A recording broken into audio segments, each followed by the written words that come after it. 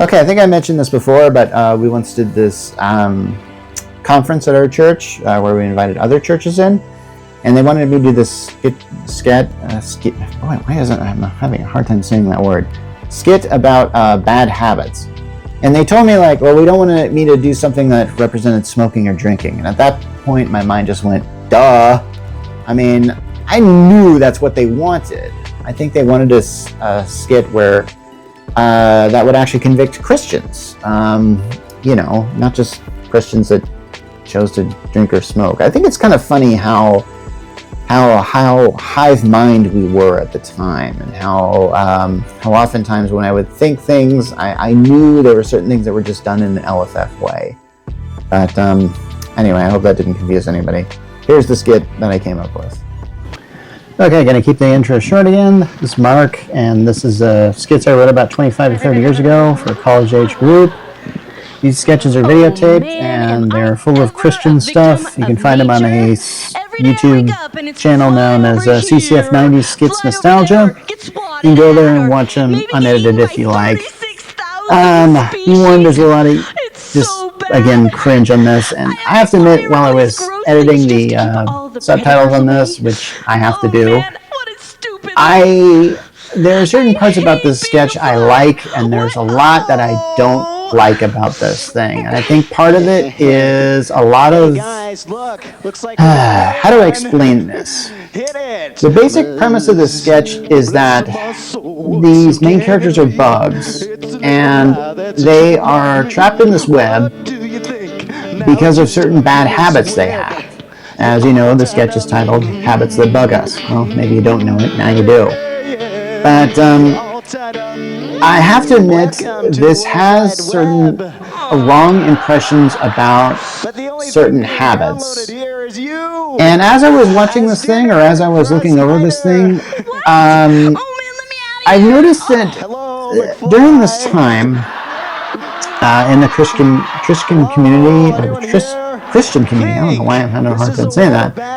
At least the church I went to, there was a lot of complaints about something known as a victim mentality, which is essentially this idea that a lot of people who are oppressed groups, they just really didn't like what they were saying. And basically, instead of saying, like, okay, how can society change to help you integrate, or maybe not integrate, but at least just accept you for who you are, a lot of times they were saying, like, okay, how can you change as a minority to fit in with us? Or essentially asking, like, hey, how are you going to really revolutionize society? Which is a really hard thing to put on anyone. So here's the deal. The main character of this thing, who's that fly, we really have to go out of our way to make sure that this character is not a victim. And besides, but I don't really think that's necessarily true. I know a lot of good people that have suffered very unjustly. And a lot of that is the results of bad habits. And here's my opinion on this before. Bad habits won't get you in the web. Or, I'm sorry, maybe actually they kind of do. You're going to end up in a web at some point in your life. I'm just going to say that right now. I mean, it might be because of poverty. It might be because of, I don't know, something is going to get you in that web, and you're going to feel super helpless. The bad habits may not get you into the web, but they might keep you there. For example, this one guy here who's a Beatle, and of course, yeah, he's clearly acting like one of the Beatles, the 60s rock band. Apparently his habit is depression. The fact that I call this his habit of depression a habit is not what we know depression is now. We know it is not just a bad habit. It is a mental case. It can be treated. It is something that we know about here. There are a lot of biological things that factor into some of the things that we deal with on a daily basis. And when it comes to Christian stuff, they tend to just assume it's all volition and it's all choice, and if you get in any problems, it is all your fault somehow. This is making the problem worse. And so I have to admit, for that reason, I don't really like this sketch. And I want to talk about how this idea came. This idea came from our props guy, who actually, he was looking at all the sketches, and he noticed that a lot of the sketches had sort of human characters. And he thought, what if we did a sketch that was completely where there weren't human? It was bugs or something like that. This was before A Bug's Life had been released. At least I think it was. But I just kind of felt like, and before Ants had been released, I think they were released the same year, and that's always a big controversy. But I kind of liked the idea of that, and so I came up with this idea of how habits will get you in the spider web, and somebody made that spider web behind them, and they did a really good job making it there. And yeah, I like Praying Mantis Man, especially his little, I think the audience loved him too, because he looks like these little things he's doing makes him look like a praying mantis, and I think that's what really makes this work. But I like the idea of essentially that somebody from the outside needs to come and help you, because sometimes that needs to happen. Now, if you want to use God for that, I think you could. I mean, I'm going to say maybe God works through someone else who helps you out, because I've had some problems where somebody has come in and has helped me out, but still, you have to do something on your own part. And I have to admit, I like the fact that these characters do that. There's a scene here where the spider shows up and tries to get him back in the web, and they choose not to go back. And I like how they do this, where this spider kind of has this lasso. He roped that bad habit queen up. And and I kind of like this idea that they turn this around. They basically turn the web upon itself. And I think the audience really liked this too. I think that actually is a good moral. I will say that I like the message of this. And yeah, for some reason this has songs. And I remember this was kind of a challenge because we knew this sketch was going to be. We had like a conference going on, and this was a skit during it. So when we were selecting songs, we had to find songs that I think everybody knew. And so I selected one by Elvis, the Beatles, Louie, because everyone I think knows Louie.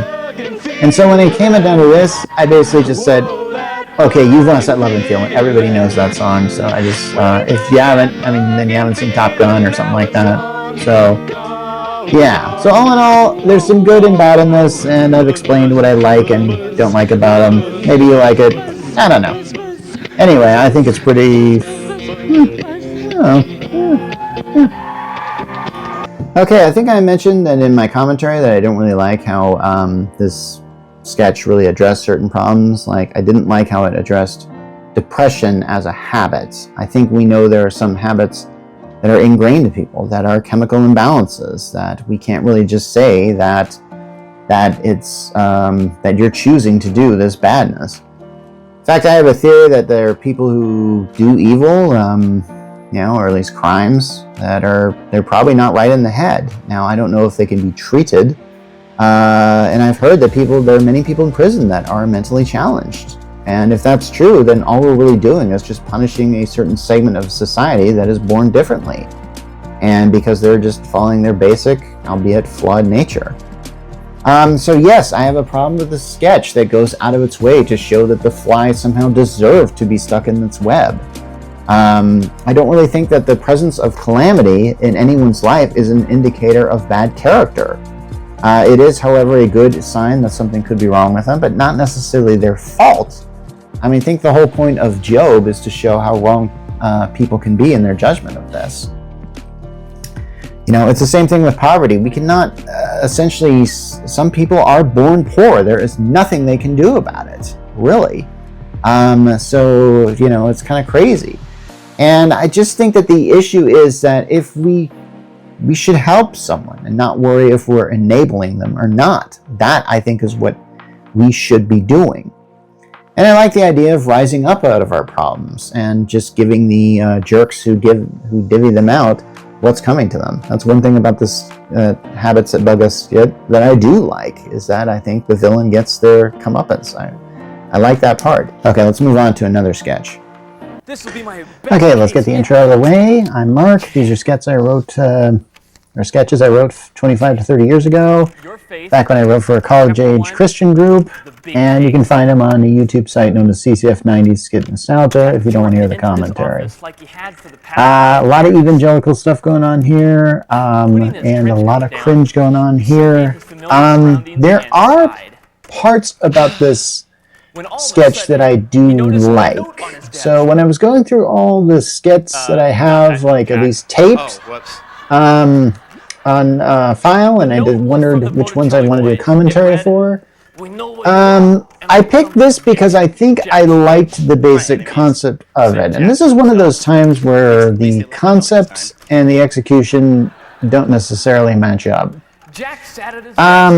For example, this particular thing is basically based on a lot of ideas of something, and I'm very certain that the concept that we did was we really focused a lot of this at CCF. This concept of essentially lordship, this idea that God is in charge and you really need to make your life that would please him. There's a danger in that, and the danger is that sometimes you're not really going for what God wants for you, but the idea of what you think God wants for you, or the idea of what others think God wants for you.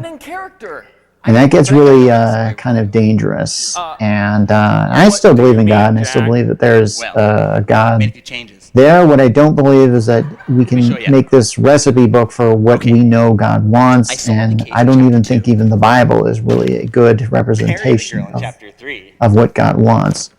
Don't get me wrong, I'm not gonna diss on the Bible, but I think you could interpret the Bible in such a way to make humanity kind of nothing. And should you do that? No. I think there's an idea of this that I think humanity is worth saving, but I don't necessarily think that we are better than God because of just simply the dynamic there. This gets into a complicated issue. What do you think about this? Now, since I love to write, and I like to create characters, and I like to create worlds, and I like to do all this stuff, I like I've said before, I like the idea of this thing, because this has kind of happened to me before, where I've been working on stories, and I feel like the main character is essentially looking up at me and going like, what the hell are you doing? It was an ordinary day. And that's fine to do, because sometimes, as an author, we can mess up. We don't do this. Now, unfortunately, when you're going with the idea that God is absolutely perfect and everything that is happening is essentially according to his plan, well, this is where it gets really tricky, because I think you and I both know there are things going on this planet Earth that are definitely not part of God's original plan, or at least like, hey, he should not allow this thing to happen, but he does. And if you're writing, you have to make your characters go through suffering and tribulation and trial, and then hopefully, in many cases, rise up from it. And that has to happen. It gets kind of complicated there as far as what really needs to happen from there. One of these guys was like some sort of exchange student or something. So I think he has like a line where he says like, "Hasta la vista, baby." I guess he really likes the whole. I guess he liked the Terminator movies or something. I don't know. So anyway, this is kind of where it gets kind of crazy. Everything.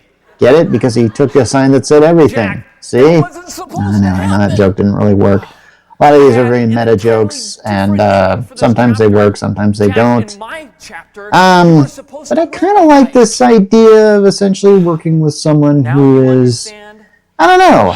This is one of the things that,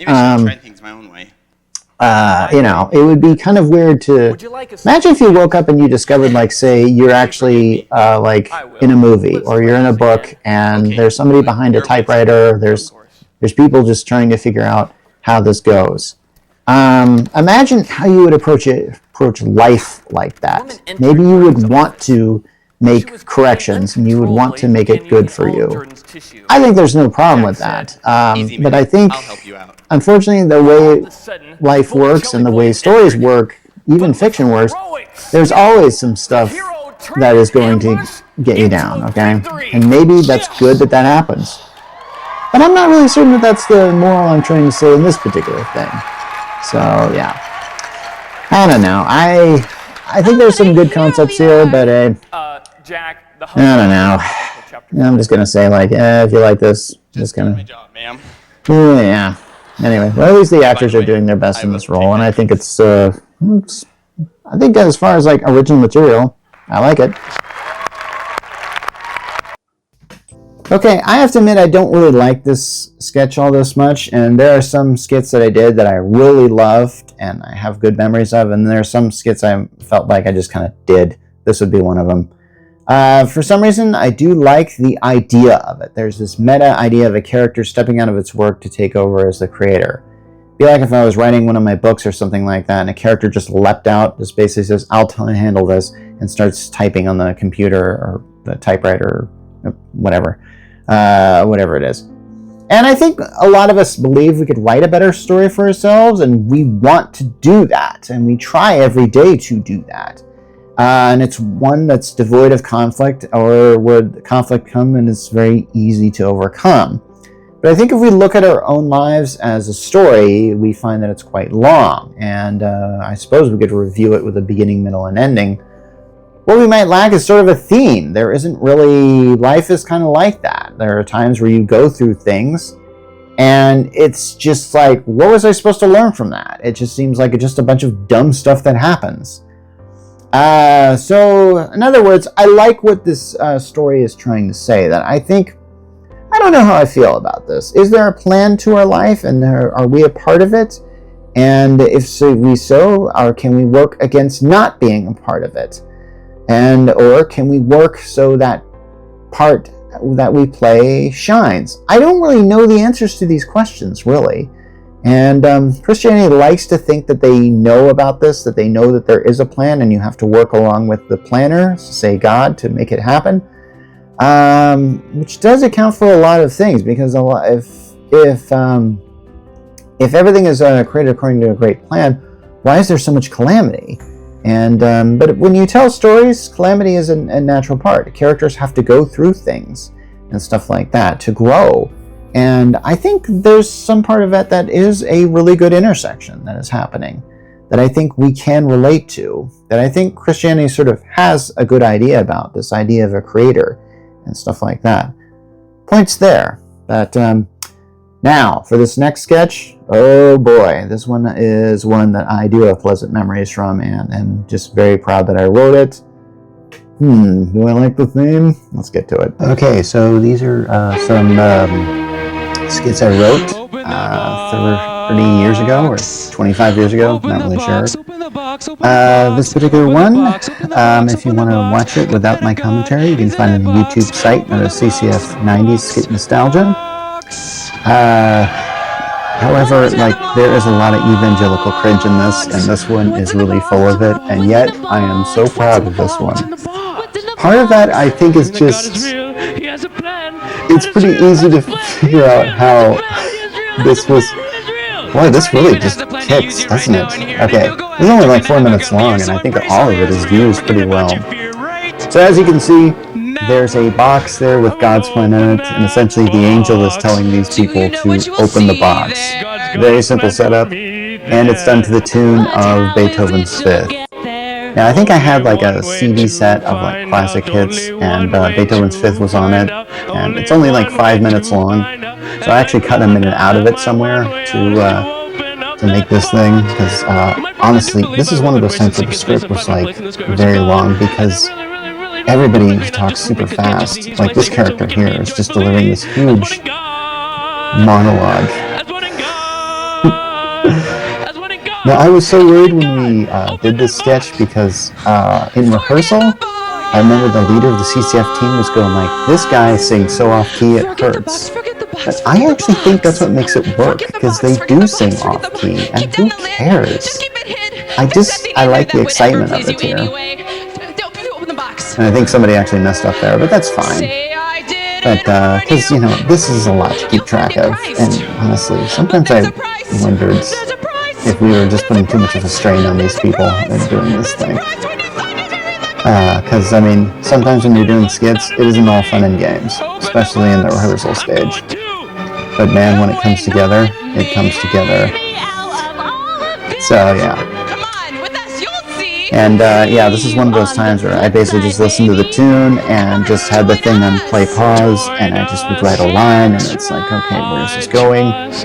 And yeah, I remember I wrote this sketch like pretty much, yeah, I think I'd gotten married that year, and when I came home, I think the day after my honeymoon, I went to the office of the church, and I just played Beethoven's Fifth, and just in an hour or so, just had this skit done. And I like how it just, it definitely goes slow and fast, and it picks up, and then it's just insane how kinetic it is. And yeah. Now this part here, where somebody says, I have something like that, but it fits here inside my compact. Basically, the script direction is this person does the compact dance. I did not have any direction for that, but they just made this up on the fly, and I think it just works so well. And they just went for it, and it's one of the things I always appreciate about these things. Is sometimes people just go for it more than you just think they are going to go for it. It's just kind of awesome. Maybe that's why I have such good memories of this sketch. But yeah, so I don't know. Yeah, there's the God's plan there. This is pretty. This symbolism is kind of in your face, isn't it? This is not to be confused with the song God's Plan, which I don't really know and can't really sing right now, so but I don't think it sounds anything like Beethoven's Fifth.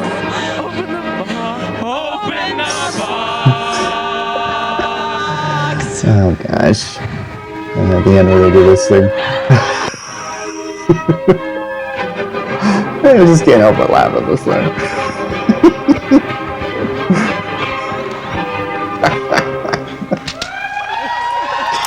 Okay, one of the things that keeps me writing all the time and kept me writing back then is you never know when inspiration is going to hit. And sometimes it's very odd, and I think I was just one day listening to classical music and just thought, what if there was lyrics to it? And everyone knows Beethoven's Fifth, so even if you don't know the name of it, you know the tune. And maybe this was inspired by, say, oh shoot, sorry, they actually do a sketch in Fantasia 2000 where they use Beethoven's Fifth, but I realized I wrote this skit before that. So, hey, who's ahead of his time? Me! Alright, okay, don't need to get into more vain. Anyway, as far as the opening of the box that contains the plan of God, I actually do like this idea. I think there is something to this idea. Remember how I said that maybe God has a plan for you, and if you embrace it, that's something. I don't know if but the Christian interpretation is that God has a plan for you, and all you have to do is get on it, and this is very much an oversimplification.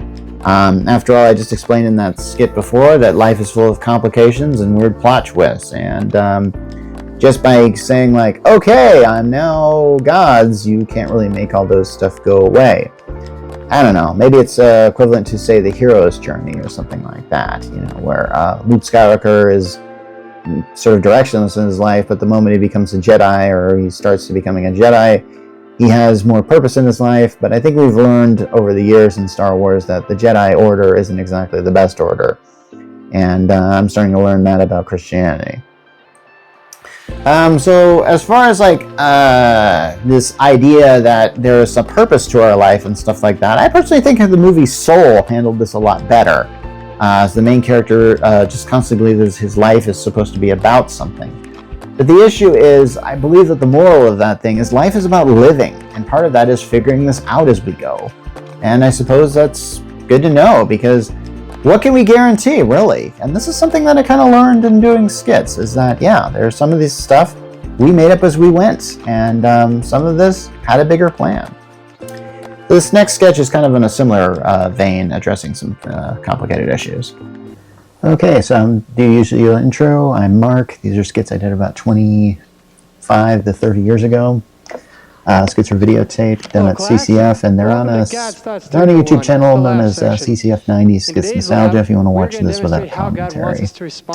And there's a lot of evangelical cringe here, and there's a lot of evangelical cringe in this one. This is called God's Thoughts What do we do? Honestly, this is one of those times where I was given the topic for the CCF and I had to write a skit around this. We need what? And I had no idea what this was. It was just given God's thoughts, so I came up with this thing. Now, this is a sketch that I have to admit didn't really work well on paper. Like, when I wrote it, they looked at that and thought, this isn't really going to be funny. But I actually think it's these two actors that play Bill and Clay that actually really just make this work. Now, coming up here is a line as they do this. Yeah, when they say, like, we want 2 seconds, let's go. This is a reference to, I think, the Rose Bowl. I don't remember what year. I think it was 1997.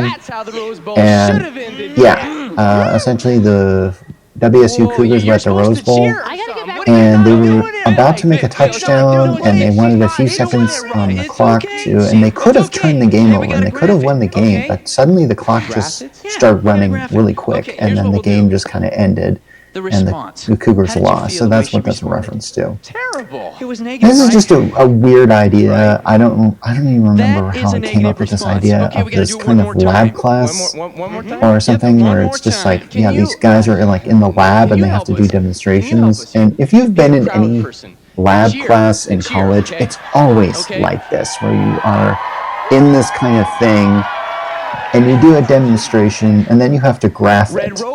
And I don't know, it was always such a silly process to me. I don't know, I always thought it was just kind of so I came up with this idea of kind of these two guys who kind of have this sort of Dumb and Dumber sort of mentality going on, and I don't think I'd ever even seen Dumb and Dumber, but I just kind of thought, like, hey, especially this one guy, I can't remember who he is, Bill or Clay, this guy. He kind of, I think I've had him in sketches before that I've talked about him, but he always had the mannerisms of Jim Carrey, so I guess, like, he's sort of the Jim Carrey character, and I guess the other character's kind of the Jeff Daniels character, I guess. I don't know.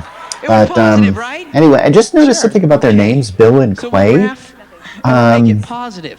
You know, when I come up with names for sketches, I just sort of, like, I don't necessarily draw them out of a hat, but I won't spend too much time on it. I'll just kind of go like, okay, we'll just call this guy, and I'll usually just come with the first names that come into my head.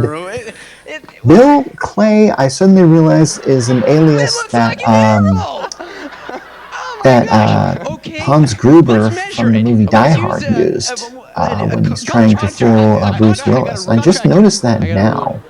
So this is just so hysterical how they have this graph and they're using this thing and they're just angles are measured in degrees, and it's like, and of course, because when you're graphing, this is what you do. You have to come up with this like thing, like, and here's the thing, when I took lab classes, I swear I would end up with a graph full of points that were just nothing, and then I'd have to sort of fake an arrow through it just to show, like, yep, this is what this shows, and, you know, because I knew how the experiment would go, because the thing is about lab class in college, like, the teacher already knows what the result of the experiment should be.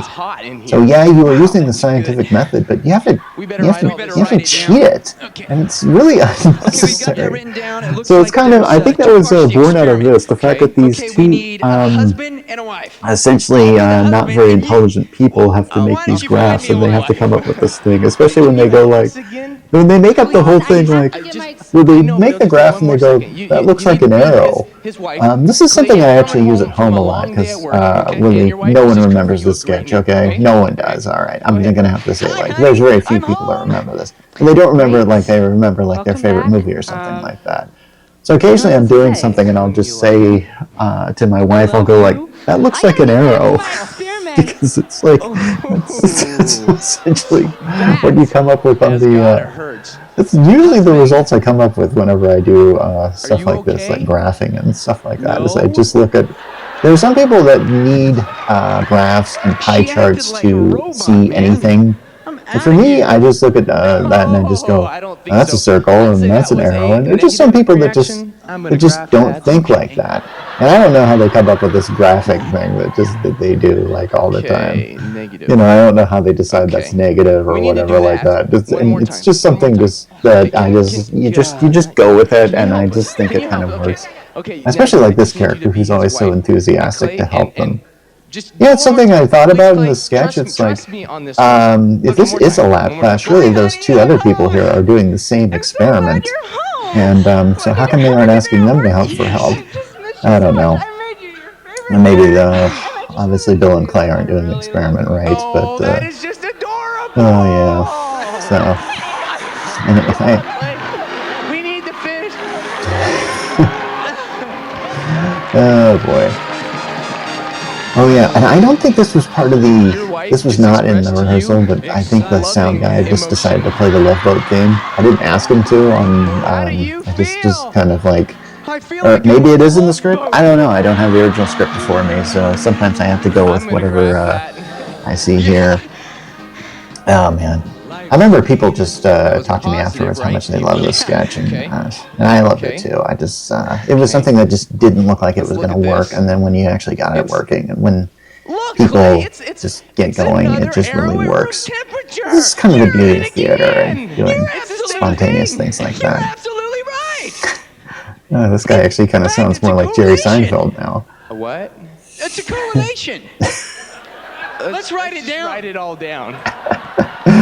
I have to do all this thing. In lab class, this is what you always do. You have to come up with all these things, and then you have to come up with the conclusion here. And if you don't do that, you flunk. That's how lab class works. I hated lab classes and stuff like that. big. I think the best part was like when they ended early, and sometimes they did. So, yeah. But usually, as I recall, you would have to sign up for like a 3 hours of lab. And that happened like every week or every other week. I don't remember. That's right, and we've got crazy stuff like that. There, right So. there. I think you missed the point, guys. And of course, we get to the message of this thing because something I've noticed while writing these things is once you do these things, there's a bunch of zany comedy, and that's usually followed by, and now it's time for the message. And it's sort of like, kind of breaks the... I think if I were to write these sketches now, I'd definitely do them in a different way. But hey, sometimes you gotta go for this. And yeah. Of course. So I still don't really know what God's thoughts means. Hopefully that this sketch is a demonstration of this, and that's so vague that unfortunately you can really throw any interpretation you want as far as God's thoughts goes. But yeah, I do like the fact that it's like once we got to this is one of those sketches that just goes on way longer than it should. I mean, this sketch should be ideally like just a few minutes. This is like 8 minutes, which was incredibly long. Let's go get some grub. Deal. That's it. It's over. So yeah, this is a skit that really surprised me. I think part of it was a premise that on paper looked pretty weak. I remember the person I was working with basically said, I don't know if we should do this one because it's not really that funny, and it is the actors that really brought this home. And like I said in the commentary, I just hated lab classes. Lab classes essentially proving something that's already been proven, just so you can know why. But I remember doing experiments and finding that those results weren't perfect. You had to fidget with them and all of that. I think really all that teaches you is just how to fidget with information is what it does. Like to make your graphs look right, so that continuous line. My points were like all over the place. You couldn't connect them with a line. I mean, you could only do it like if you were just like kind of randomly trying. Anyway, so but the basic premise of this skit might be valid. Maybe. There's an issue that I have with it because it's like here's the thing. The basic point of that skit that I just showed is that if we like something, surely God likes it too. I don't think that's necessarily true. I think there are things that everyone loves, but there are some things that people just don't like, but others do love them. We're all so different, and that I'm not certain that we can compare with what we want to what God wants, because we all want different things. I guarantee your favorite movie is somebody's least favorite movie. It's just how life works. And I think that's kind of beautiful, really. I mean, and if you start believing that God only wants one thing in one way, guess what that makes everyone else? You can see how dangerous this thinking is once you really have thought it through. But when you're thinking like this, you are not taught to think it through. That's kind of the thing. So yeah, I love the comedy of this sketch, but I have to say that I kind of disagree with its basic message. Speaking of message, we got more on romance here in this particular skit. Okay, so here's my usual shtick. I'm Mark. These are skits I wrote 25 to 30 years ago for a college-age group. And these skits are available on a YouTube channel called CCF90 Skits Nostalgia. You can go there if you don't want to hear my commentary.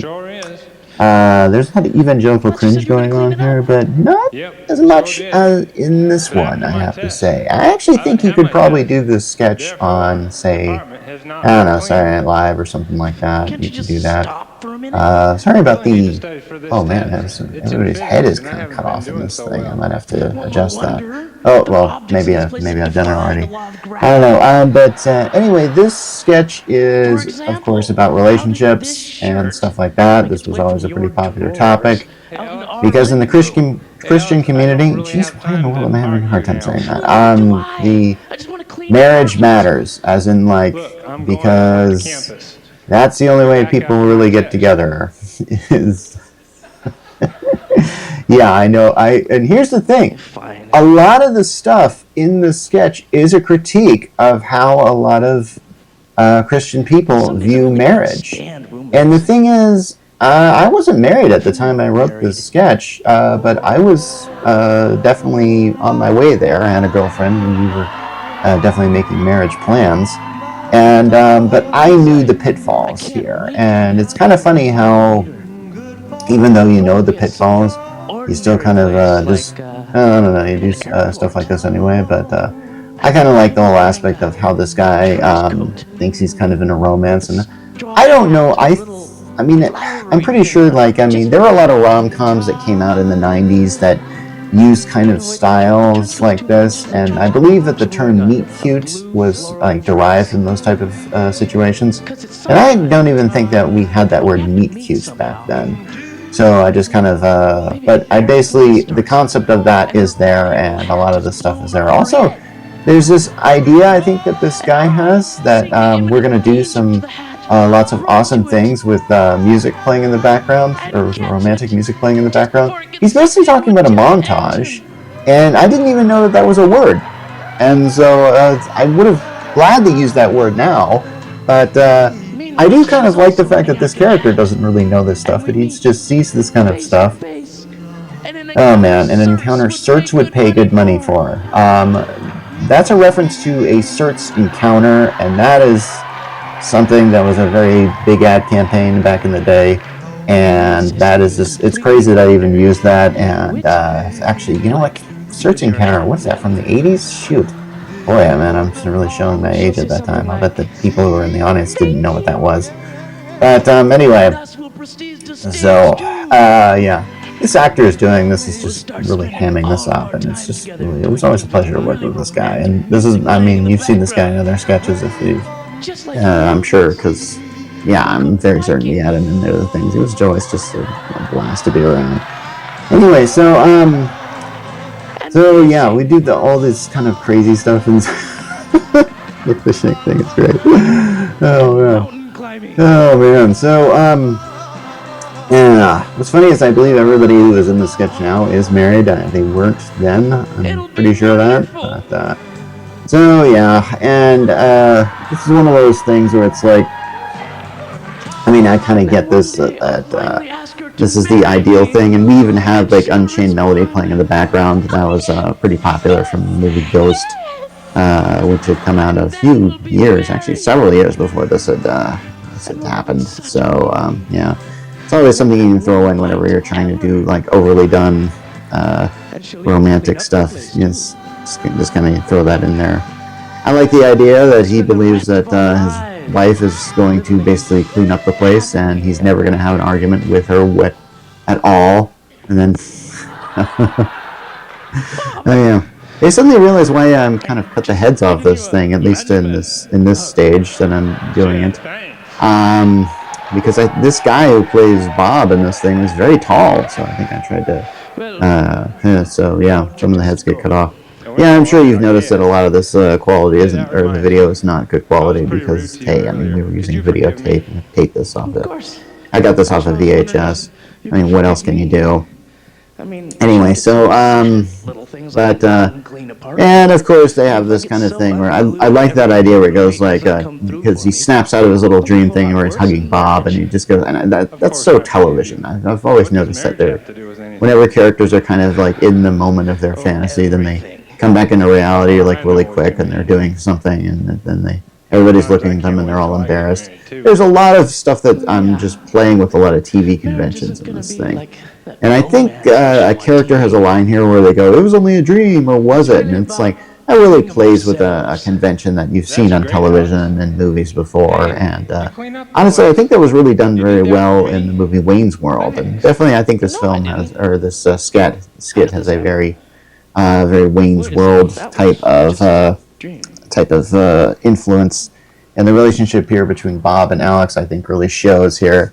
And oh, by the way, that hat is on a string, as he says later on here, because I think it's just some like fishing line or something like that. I'm actually very surprised that we were able to pull off that effect with the hat blowing off like that. Then again, I'm surprised at a lot of things I pull off out here, but yeah. So anyways, some things are just crazy like that. And I think in this character says this is a bad twist to the ending, but I think he was supposed to say this is a bad twist ending, but yeah, sometimes you say things like that.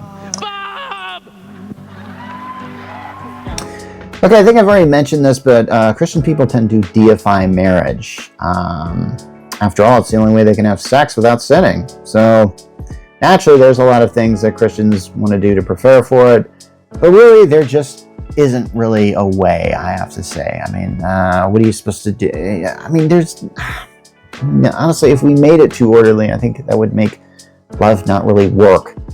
But the idea of romance is certainly glorified, and I have to admit, a new relationship feels pretty good when you start out. Even though we might not admit it, some of us long for a marriage, but sometimes that longing is just a longing for acceptance, the idea that someone could love us just for who we are, and sometimes that's enough. And there are some people that never want to get married, and I think that's fine. But this is a sketch that I really think I really like because it just went out of its way to show that romance is something for the movies. It's something that is used, tantalized, and made for us in this sort of format. So I've been married for about 25 years, and I have to say, hey, marriage can be an uphill climb. It isn't always this sort of like, thing where you play where just meet cutes happen and all sorts of fun things happen. They do happen, and I think that's really important. But I will have to say, like, man, if I tried to go out of my way to make them happen all the time, I think that would be a bad thing. So I like how self-aware I think this skit is. I think, and a lot of people really like this skit. Not just because of the floating hat, although, sometimes if you have a little gag like that, I mean, it does sort of help come together.